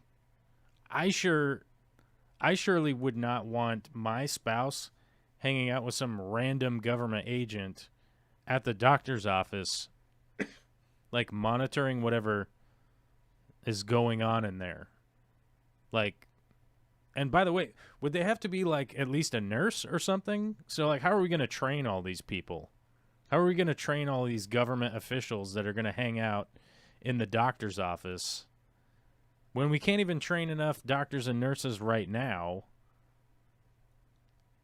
And, like, what's the qualification? Do they need to be, like, a medical assistant, or do they need to be a full RN, or are they just, like, an LPN, or, like, where do we get all these government officials that can hang out in the doctor's office with the pregnant lady and the doctor, and then presumptively, like, a nurse, and then, like, but then, like, does the government official, like, leave with the pregnant lady and then, like, follow her home and then, like, stay at the pregnant lady's house?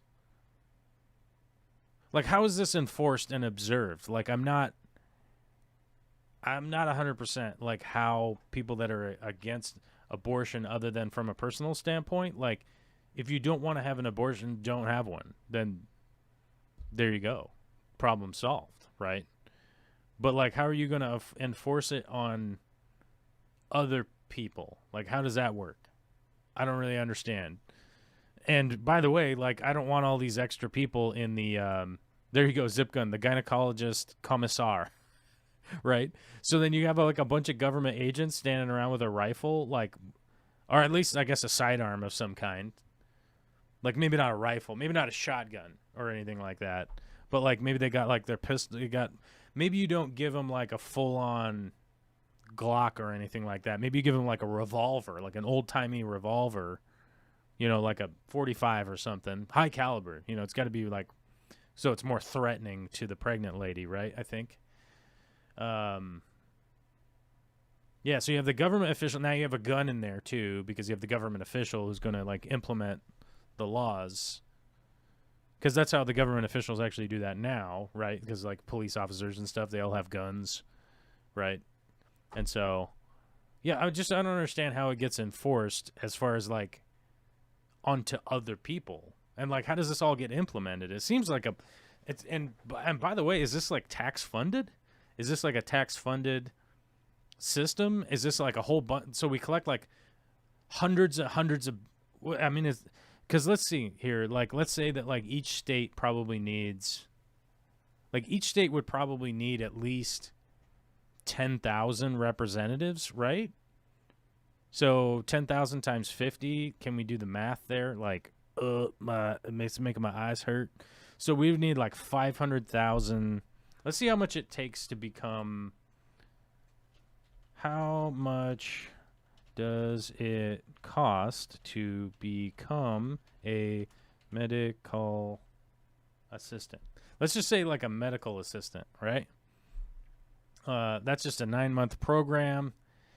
So the certificate program type is from about the top end is $26,000. Then the diploma is 10 to 18 months. That costs up to $32,000.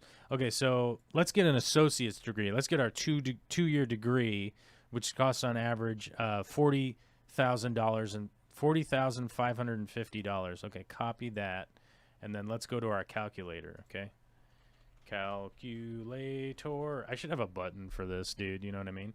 So let's put that number in there. Paste. Let's paste this number in there. Okay. Why are you mad at me, calculator? Paste? I mean, I copied the number. Control V? No, it doesn't like that. Okay, this calculator doesn't like it. 40550. So we got 40 times that. So then we go times 500,000, right? Because we need 500,000 government officials. It's hard to read because it didn't put the comma in there. Okay, there we go. There we go. So now we got this number, which is one. Let's go like that. So that's 275 million. So 20. So it's like $20.5 billion, right? So we got $20.5 billion just to train these people to be medical assistants. So okay, so now we're gonna have 500,000 medical assistants that can hang around like anywhere somebody could be pregnant, right? Which that's going to cost $21 billion. So that's going to cost $21 billion in tax money just to train those people. It's also going to take 2 years. So we got a 2-year gap. Okay.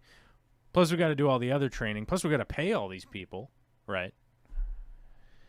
Yeah, so we got to pay all these people, and then like who's paying for it, by the way? Like, because I don't want to put my tax money towards that. I don't think I want to put my tax money towards this whole weird system. Yeah, so I don't know. I'm probably going to vote against it. So that's all I'm saying, is that I'm going to vote against that. But, but personally, I personally wouldn't.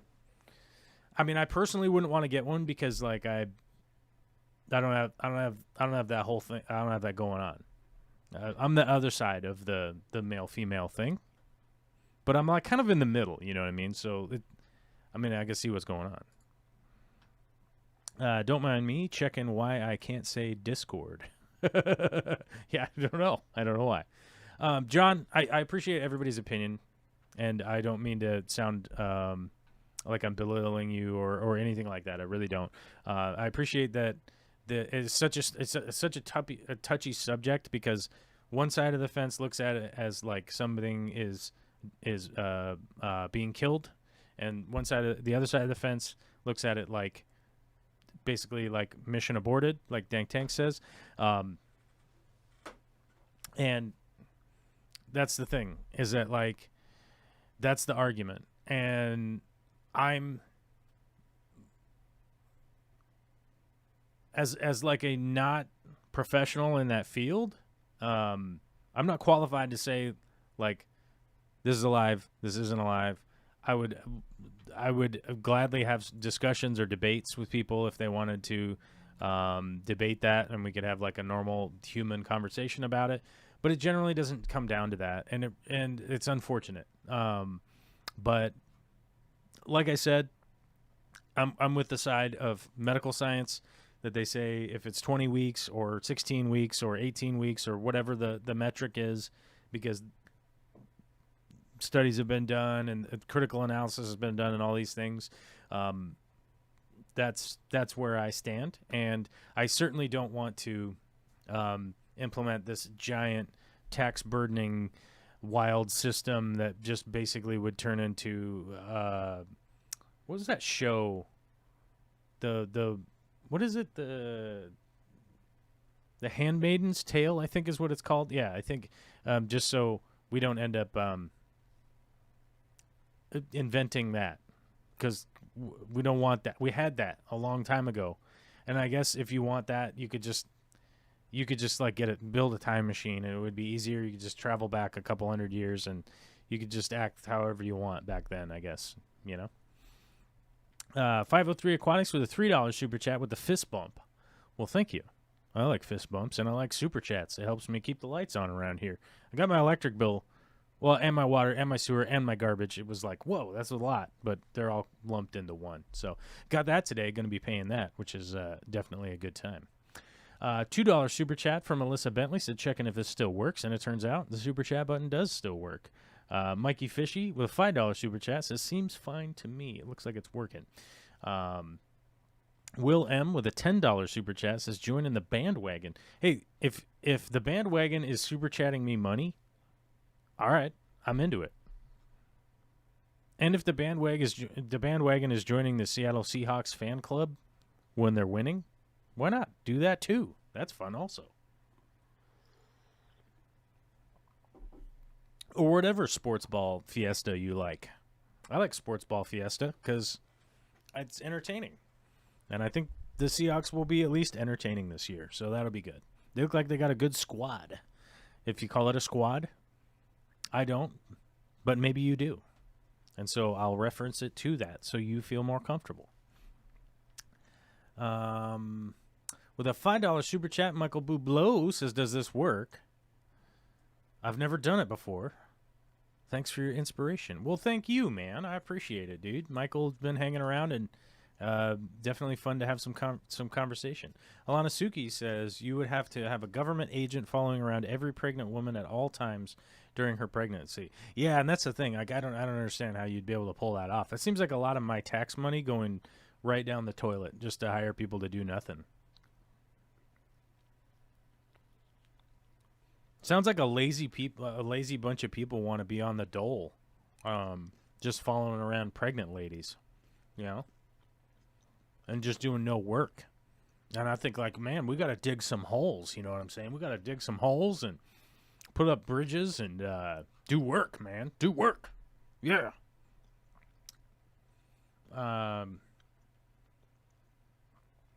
So many layers to this quesadilla supreme. That's legit. So many layers. Dank Tank says a 60-day course. I don't know. I don't think 60-day course is going to be enough. But Dank Tanks with a follow-up says they just track you through the vaccine. So that's a good point. Yeah, and then the 5G and all that, I think. We probably got demonetized today, so whatever.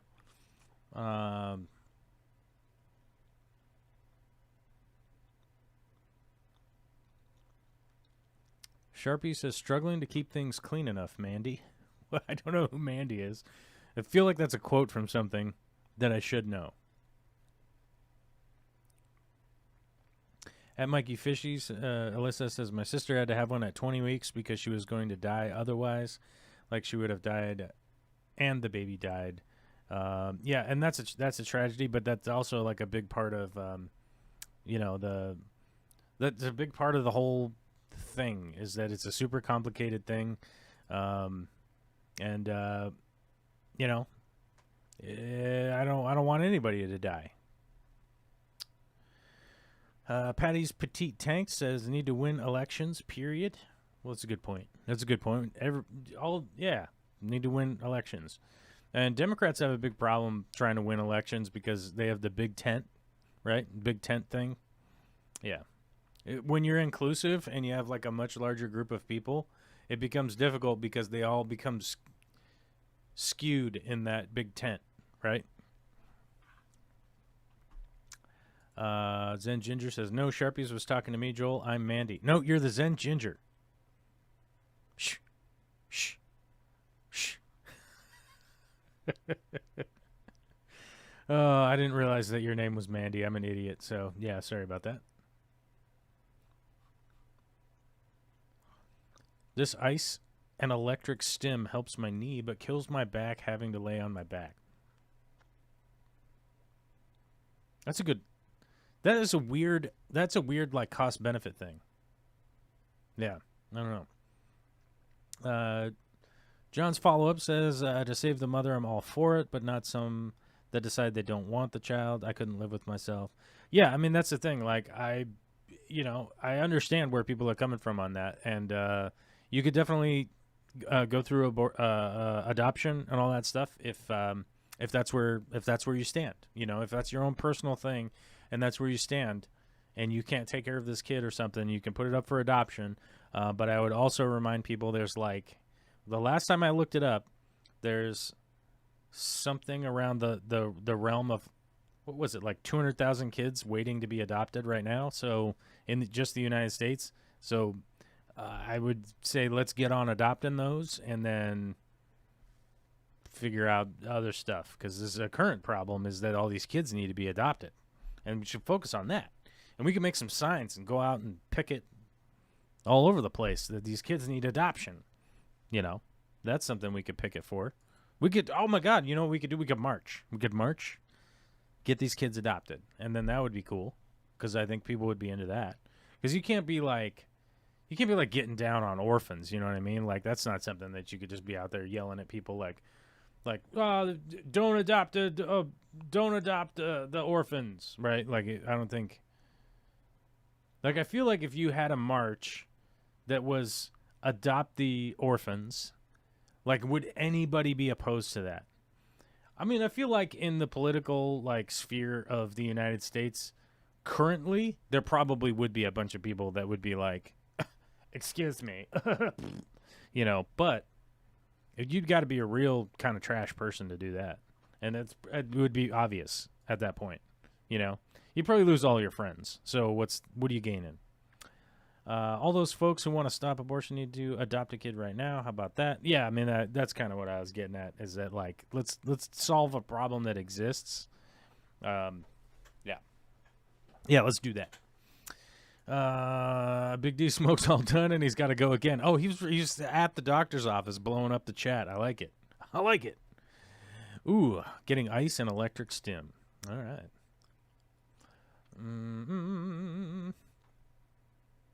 All right, well, I don't know. I think we're caught up. Did I catch up on the super chats? I think I did. Yeah, we had some generous super chatters of the day.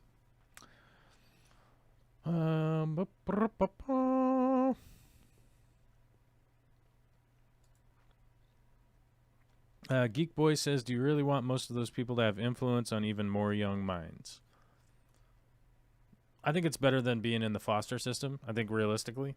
Or at an orphanage, which I don't even know if orphanages really exist anymore, but the foster system has been proven to have pretty bad results, and one of the big problems with that is that the kids are constantly being moved around all the time, and being moved around all the time just does not work for kids, man. It doesn't. Like, having no stability equals adults that generally have bad outcomes. Not all of them, but generally, you know. It's a good point, Shirish. They might be called they're parentally challenged. That might be. I don't know. I'm not the PC police. I try to do my best to not, like, blatantly offend people by saying stupid stuff.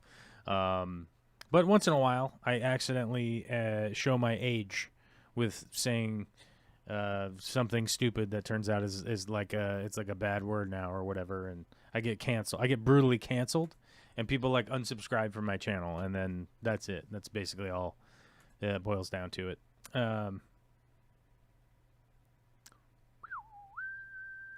John Albernez says, thank you for your feedback. You being up on a lot of good points. Yeah, the thing is, like, I have, like, a whole bunch of, like, a very long diatribe arguments that I've been in some lengthy debates about abortion and whatnot. But like I said, I'm not, like, fresh up on it or any of that kind of stuff. Just having a casual conversation, not trying to, like, not trying to bash anybody or anything like that. Realistically asking just the generalized questions of like, how does this get enforced, and what's the plan, and whatnot. And in the meantime, we have, like, other problems that we could be fixing immediately, you know, and just that kind of stuff. And you know, I like I said, I'm never 100% rock solid on realistically a lot of my opinions. And one of the ways to explain that in a different degree, in a different manner, would be like, I have an opinion. Implementation is more often than not a confusing subject, and how things could get implemented in order to fix or solve or change a problem from this to the next step, I may or may not know about, right? And most people may or may not know about, and somebody who's an expert might go, hey, here's a way that we might want to address said problem, and I go, oh crap, that's much better and much more well thought out than my previous opinion was, and I go, oh, okay, let me adapt some of my thought process to implementing that information that I didn't have previously. And that's just generally how I live my life. And fish tanks, political opinions, reality, business, blah blah blah, all that stuff, it all kind of applies to that. It's like being in a relationship and your spouse says that they don't like you doing something, and you're like, you could have two responses. You could go, oh, let me try to change that behavior a little bit so that it doesn't make you lose your mind. Or B, you just tell them, I'm me and I'm never going to change, right? Like, I'm me and I'm never going to change is an absurd response that I've heard from many, many, many, many, many people over the years. If there's something really basic that I could do that could make people's lives easier and better that I'm in a relationship with, I'll try to do that. Why wouldn't I? It's called growing as a human and becoming more and more mature as an adult, right? You're not just, I learned all the stuff I wanted to ever learn and I'm never going to learn anything ever again, and I'm sure as hell not going to change my behavior from when I was 12 years old. I will only be 12 years old the rest of my... That's an absurd way to live your life, man. That is an absurd way to live your life. And I try to steer away from that as much as possible, on a daily basis. And if to those of you out there that might be confused by that, you could look up the Serenity Prayer, which is a very basic prayer that may or may not have anything to do with God, but it says God in it. And it says, God, grant me the serenity to accept the things I cannot change, the courage to change the things I can, and the wisdom to know the difference, right? Now, whatever God is to you, it doesn't matter. You don't have to be a religious person to understand that prayer, but it's just a reality of knowing, being accepting of things that you cannot change, having the courage to change the things that you can, and the wisdom to know the difference, right? Now, the wisdom to know the difference is what comes through learning and maturity and growing as a human, right? And through growing as a human, you could get courage to change the things that are within the scope of your ability to change. If you want to try to change the fact that the sun is shining on the earth, that's not within your wheelhouse. It's not something you're going to be able to change. But you might be able to, I don't know, put up a sunshade so that the sun isn't directly shining in your eyes, like an umbrella at a picnic table. That's something that you could do. Now, you could sit there with the sun shining in your eyes and bitch about it all day long, or you could put up an umbrella to obscure the sun for while you eat your lunch. You don't have to have sunbeams directly into your eyeballs and making you feel wildly uncomfortable, right? So, knowing whether or not that's something that you could change, that's maturity and growth and becoming more wise, gaining wisdom as time goes on. Hopefully you are gathering bits of information and accumulating those within your brain and having a more nuanced opinion about things that are going on around you in the world. And that's what I try to do. I try to gain as much information as possible, try to parse all the little pieces together, stuff them into my brain, and try to get rid of the things that I don't need to remember. Like I mentioned earlier in the show, I don't remember what the 3 medication trio is because A, I don't sell them, B, I use them so rarely, and C, what do I need to remember that for? I can just say, go to Aquarium Co-op and look up the Med Trio. Boom, Bob's your uncle, I'm done. And then people go, how do you use it? And I go, it's written on the bottle. Just the same way that I use it. I'll look at the bottle and I'll go, them's my measurements. That's what I'm going to do. I'm going to follow these instructions here on this bottle. Because somebody wicked smart put this all together for me in plain text that I can read with my eyeballs and utilize the measurements put on there. So, That would be a perfect example of like quarantining is really important, and I need to quarantine my fish for about 2 weeks so that I can treat them medically for any of the things that I could be bringing into my existing aquariums, right? What's the med tray? I don't know. I'll go look it up. I don't need to know that info because it already exists over there and somebody's handling it. And yeah. Michael Romero says, Discord? Is anybody on the Discord? I had that alarm went off. That's my it's 3 o'clock alarm. I need to pay my bills. Oh my God, we got Zip Gun. Zip Gun's on the call.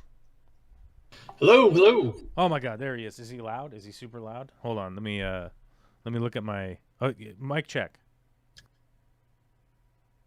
Mic check. Zip. Yes. Oh God, you're so loud. Okay, there we go. I think I got you turned down a little bit. Is this better? Oh, that's good right there. I got you. I got you on my end. Awesome. No, but you're just talking about wanting to grow. Reminds me of a rant I just had yesterday. Yeah. So at work we have a Muzak company, and they've got some good music when it's like 70s funk and stuff like that, but their country music is the worst pop generic formula garbage you could ever hope to it's literally the country music that's like, I drank a beer last weekend. Yeah. Oh yeah. And I like drinking beer on the weekend. And you're like, is this the chorus? Like what is happening right now? Like what there's no nuance to this music. Exactly. And there's one song that's literally taking the term "you could never go home again" and deliberately misunderstanding it and talking about how, well, I'm going home again. Oh. It's like, oh, so you've seen the world and you've learned nothing, you've grown nothing, you're not anywhere different as a human being. Yeah, you're completely the same as when you left. There's been no growth whatsoever, and you're proud of it. I just refuse to grow as a human. It's just not something I'm gonna do. Yeah, it's very weird. Yeah. Oh, hold on. While I got you on the call, we gotta give a woohoo. We got a new member. We got a new member today. Ooh, yes, we did. John Albernaz has brought us to 8.3% of our goal, all the way from 8.2% of our goal. Hey, thanks, John, for joining up and becoming a member. Don't forget to scroll down the community chat or the community tab on the main YouTube page and find the link to the Discord. The Discord is where Zipgun is calling from right now. Okay? Yes. Zip is on the Discord calling in right now. The Discord is like an IRC chat where you can post pictures, you can chat back and forth in text. There are phone, like the voice channels like we have right here, where people can call in if you want to have a voice chat, and you can just be like, hey, Zip, man, what's going on with your fish, buddy? You're supposed to answer. My fish are doing good. Getting ready to go out and catch some new ones. Yeah, and then he's going to go out and catch some new fish, and we're able to talk about it on a call right here. Sort of like when we're playing on the Minecraft server, and everybody can be like, what are you doing? You're over on the wrong side of the map. You got to come over here and help me put a thing over here because I can't figure out how to make the redstone thing work and throw away the stuff I don't want, and it's not working, and it's broken, and Matt can come help, and Alyssa can come help, and they can be like, hey, put the blocks over there, and I'm like, I don't know what I'm doing. And Mikey Fisher says the Discord is basically the live stream chat 24/7, broken into topics. Become a member or patron for access. It's awesome. Yeah, it's like we have the topical channels. They're all like, some of them are fish, some of them are your projects, some of them are, hey, I read a book, it's good, check out this book, stuff like that. And then we just chat about whatever. But it's 3:10, so I'm gonna have to cut our call short. Zip, you got to call me earlier. Next All time. right. All yes, right, sir. I love you, but I gotta go because it's almost time for me to go do a thing that's not you guys. Okay, I hung up. I had to hang up on Zip, which sucks, but that's what we're up to today because it's the end of the show, and I got to give a big shout out to thank you to the viewer activity button does not work, but John Albernaz became a member today. Thank you, John. 100% appreciate it. Michael Bublo, Will M, Mikey Fishy, Alyssa Bentley, 503 Aquatics with super chats today. Thank you very much, you guys. Hope you're all going to have a fun week. We'll be back on Friday. So if you're subscribed, Alyssa should be here on Friday, to the extent of my knowledge. And we'll have a live stream with Alyssa, I think, depending on how schedules work, because it'll probably be early on Friday.